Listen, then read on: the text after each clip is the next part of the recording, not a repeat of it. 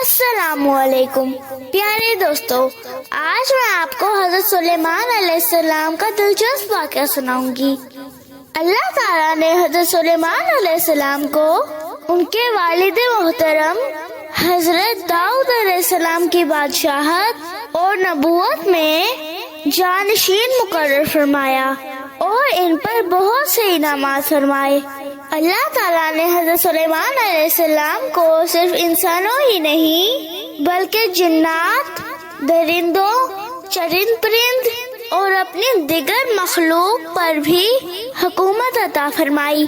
آپ سب کی بولیاں سمجھتے تھے اور اس نعمت پر اللہ تعالیٰ کا بہت شکر ادا کرتے تھے۔ آپ علیہ السلام جنات کو جس کام کا کہتے تھے وہ فوراً کر دیتے تھے، جیسا کہ عمارتیں بنانا، سمندر میں غوطہ لگانا اور اس کے علاوہ دوسرے کام بھی کرتے تھے۔ اسی طرح اللہ تعالیٰ نے ہوا کو بھی حضرت سلیمان علیہ السلام کے تابع کر دیا تھا۔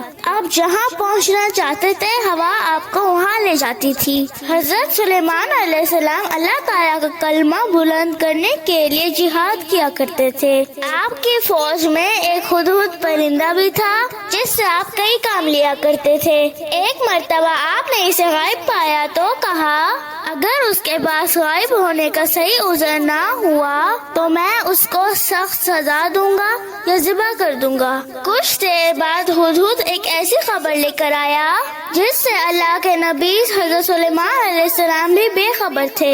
ہدہد نے بتایا کہ میں نے سبا کے علاقے میں ایک عورت کو لوگوں پر حکمرانی کرتے ہوئے دیکھا ہے، جسے اللہ کی طرف سے ہر چیز عطا کی گئی ہے اور اس کے پاس ایک بڑا شاہی تخت بھی ہے۔ میں نے اسے اور اس کی قوم کو دیکھا کہ وہ اللہ کو چھوڑ کر سورج کو سجدہ کرتے ہیں۔ حضرت سلیمان علیہ السلام نے یہ خط لکھا اور ہدہد سے کہا کہ تم میرا یہ خط لے کر جاؤ اور ان کے سامنے ڈال دو، پھر ان کے پاس سے تھوڑا ہٹ کر دیکھنا کہ وہ کیا جواب دیتی ہیں۔ جب ہدہد حضرت سلیمان علیہ السلام کا خط لے کر ملکہ بلقیس کے پاس پہنچا اور اس کے سامنے ڈال دیا، ملکہ نے یہ خط دیکھا کہ اس کی ابتدا بسم اللہ سے ہو رہی تھی اور اس میں ملکہ بلقیس کو مسلمان ہونے کی دعوت دی گئی تھی۔ ملکہ بلقیس نے اپنے وزیروں سے مشورہ کیا کہ کیا کیا جائے۔ انہوں نے کہا کہ آپ جو بھی حکم کریں گی ہم تعمیل کے لیے تیار ہیں۔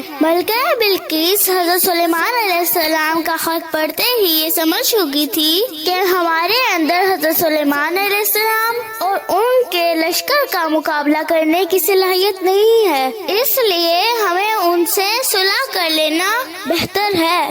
لہٰذا اس نے اپنے وزیروں کو کہا کہ بادشاہ جب کسی بستی میں داخل ہوتے ہیں تو وہاں کے معزز لوگوں کو ذلیل کر دیتے ہیں، اس لیے بہتر یہ ہے کہ میں کچھ تحائف دے کر یہ اندازہ لگا لوں کہ وہ بادشاہ ہیں یا اللہ کے نبی ہیں۔ حضرت سلیمان علیہ السلام نے ملکہ بلقیس کے بھیجے ہوئے تحفے دیکھے تو قاصد کو یہ کہتے ہوئے واپس بھیج دیا کہ انہیں بتا دو کہ اللہ تعالیٰ نے مجھے خوب مال و دولت سے نوازا ہے، مجھے اس مال و دولت کی کوئی ضرورت نہیں ہے کہ یا تو تم مسلمان ہو جاؤ یا پھر ایسے لشکر کا سامنا کرنے کے لیے تیار ہو جاؤ جس کا مقابلہ کرنے کی تم میں طاقت نہیں ہے۔ ملکہ نے اپنے وزیروں سے کہا کہ چلیں حضرت سلیمان علیہ السلام پر ایمان لے آتے ہیں۔ جیسے ہی وہ وہاں سے نکلی تو اللہ تعالیٰ نے وحی کے ذریعے آپ کو بتا دیا۔ حضرت سلیمان علیہ السلام نے اس کے لیے ایک شیشے کا محل بنوایا